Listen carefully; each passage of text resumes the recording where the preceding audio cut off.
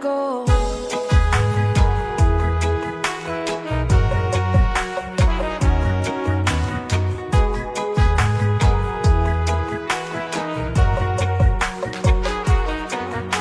Staring at the bottom of a glass, hoping one day you make a dream last, but dreams come slow.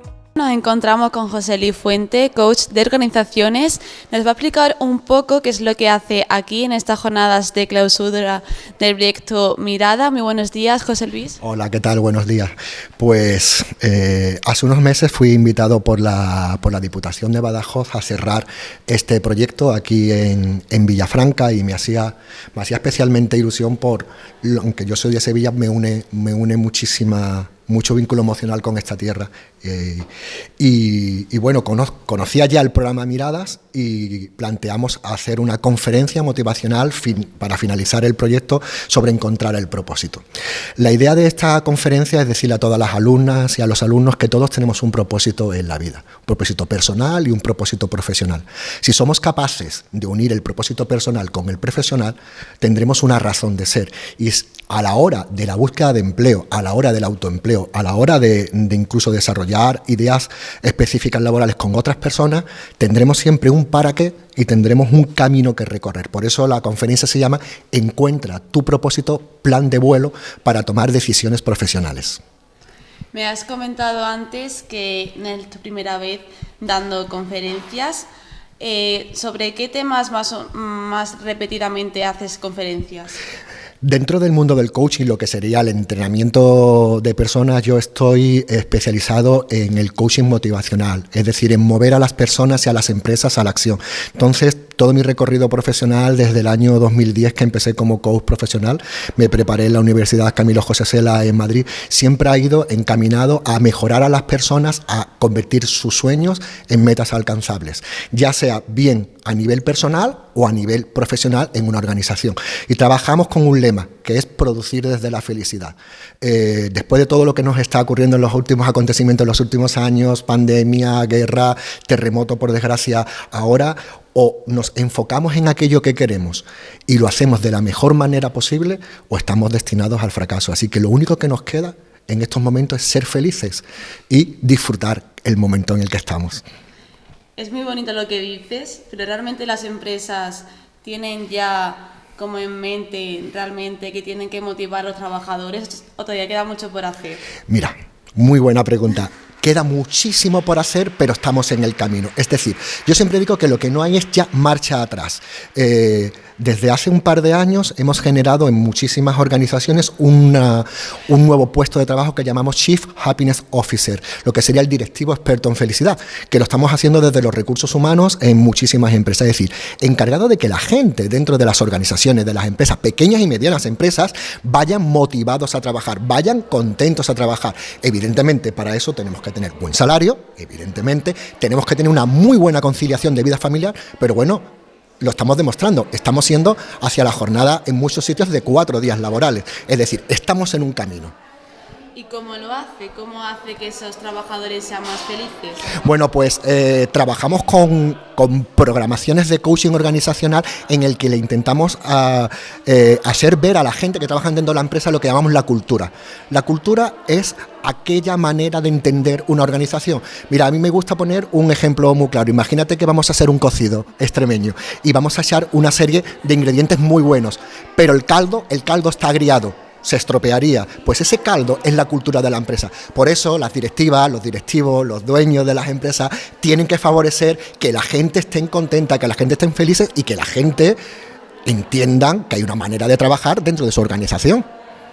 La comunicación yo creo que es la clave en una empresa, tanto con sus empleados como con su público, pero yo creo que todavía queda muchísimo por hacer en el sentido que muy pocas empresas ven que la clave es la comunicación y sobre todo las pequeñas empresas, porque creen que eso realmente no es necesario, porque lo necesario es producir más. Claro, ahí está yo diría casi craso error. Yo también doy muchísimas conferencias para pymes, porque fíjate, cuando una persona trabaja desde sus competencias emocionales, es decir, te escucha, tiene asertividad, tiene empatía, te pregunta por tu familia, tú confías en esa persona. Esa jefa o ese jefe ese trabajador confía en esa persona y esa persona empieza a generar buenos sentimientos hacia la empresa y a trabajar mejor. Entonces, la clave, como bien has dicho, es comunicar asertivamente, comunicar con empatía y algo nuevo que desde hace unos cuantos de años con la Universidad de Oxford hemos podido introducir, que es la compasión. Trabajar para comprenderte y apoyarte. Esa es la clave para que una pyme funcione más allá del clásico de tres generaciones. ¿Qué diferencias dirías que hay entre comunicar de manera asertiva, comunicar con compasión y con empatía? Pues mira, muy buena pregunta también. Voy a empezar al revés. Comunicar con empatía es te entiendo, te comprendo, sé tu situación. No tengo que hacer absolutamente nada, yo te entiendo, ¿vale? La asertividad sería te entiendo, te comprendo, pero te puedo poner límites. Es decir, lo que me estás diciendo no encaja con mi modelo de organización. Ten en cuenta que la asertividad es comunicar mis derechos sin pisotear los tuyos. Y comunicar con compasión es te entiendo y esto es lo que puedo hacer por ti. Por eso, esto es de Richard Boyatzis, a mí me gusta liderar desde la compasión, es decir, vale, te entiendo, te comprendo, además voy a hacer esto por tu familia, voy a hacer esto por ti. ¿Qué tal la conciliación en España? Gran pregunta. Complicado. Mira, tenemos modelos estratégicos organizacionales en el que sabemos que la conciliación es posible, pero venimos de un siglo que es el siglo XX y no nos hemos dado cuenta que estamos en el XXI. No podemos jugar al fútbol con las reglas del baloncesto y seguimos montando las organizaciones en el que la productividad son las horas y el crecimiento de horas, no producir más. Sabemos todos los estudios nos dicen que el horario de 4 días semanales lleva a mejorar la productividad. ¿Qué ocurre?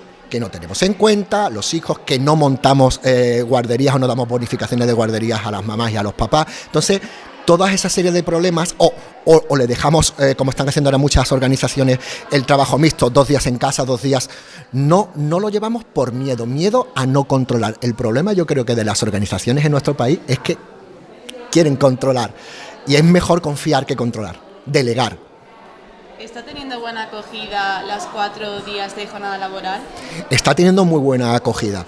Hemos también de entender que no todas las organizaciones se pueden acoger a este tándem.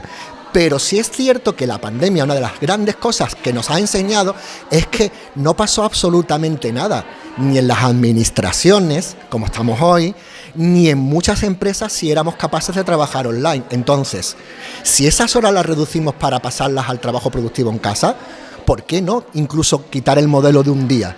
¿Por qué no empezar a experimentar? ¿Por qué no probar? ¿Por qué no probar y ver si aumenta la productividad? Yo apuesto por ello porque aumenta. La pandemia ha hecho un clic en el sentido de cambiar la mentalidad que teníamos antes. Mira, indudablemente. Voy a nombrar a un gran coach que se llama Fernando Botella, con el que durante la pandemia me comunicaba mucho y me decía, mira José Luis, esto va a servir para que mucha gente se conciencie y otra gente, la que eran malas, van a ser igual de malos. Esto siempre va a ser así en cualquier conflicto, ¿no? Ahora no podemos decir que todos estamos, pero sí es cierto que ha surgido una palabra que antes prácticamente casi nadie conocía, que es resiliencia.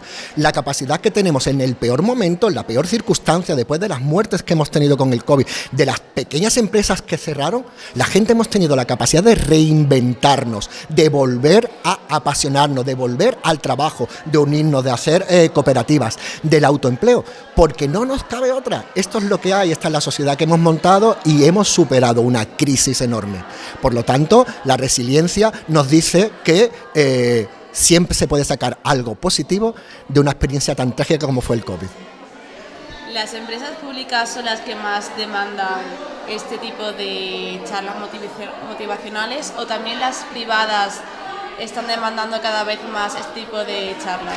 Cada vez más. Es cierto que yo me especialicé desde el año 2010 en muchísimas entidades públicas, evidentemente porque ya tienen esa conciencia de la importancia que se tiene en las administraciones de cambiar la manera, quizás porque venimos de entender una administración colapsada, con muchísima gente, muy burocratizada, y ahora se entiende unas administraciones dinámicas, flexibles, con con gente joven apostando, pero la empresa privada está cada vez apostando más fuerte, cada vez es más demandada este tipo de cursos, clases, también damos entrenamientos de alto impacto de fines de semana para las ejecutivas y los ejecutivos. Lo que sí está claro que tienen que ser las cúpulas, es decir, la gente que montan las organizaciones, los que estén convencidos.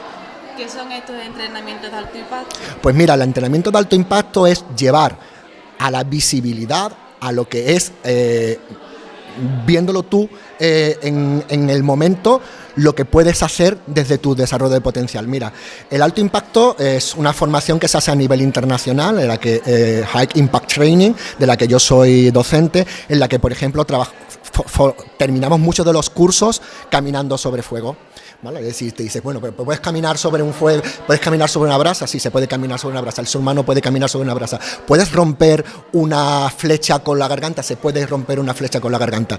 Todo es una cuestión de entrenamiento, de práctica y de saberlo. Cuando un ejecutivo, cuando una ejecutiva ve que eso lo puede lograr, empieza a romper límites y barreras mentales, empieza a decir que la jornada de 4 horas la podemos hacer, empieza a decir que puede tener empatía con el trabajador, te voy a escuchar. Entonces intentamos desde el alto impacto romper esas barreras mentales. ¿Qué esperas de esta charla y de este público? Bueno, pues mira, estoy muy ilusionado porque yo he impartido muchísima formación a personas que se están preparando dentro de profesiones. Llegamos esta mañana muy temprano y vi el aula llena. Para mí es un gozo que una actividad como esta, gratuita, de la Diputación en Villafranca esté lleno, está el foro a reventar. Entonces lo que espero es que conecten con el mensaje de que ellos pueden, que no esperen el momento es ahora, que salgan por la puerta y busquen, hablando un poco del Mago de Oz, su camino de baldosas amarillas, que encuentren ese lugar donde ellos puedan trabajar, conciliar, ganar dinero y ser felices. Pues muchísimas gracias. Gracias a ti.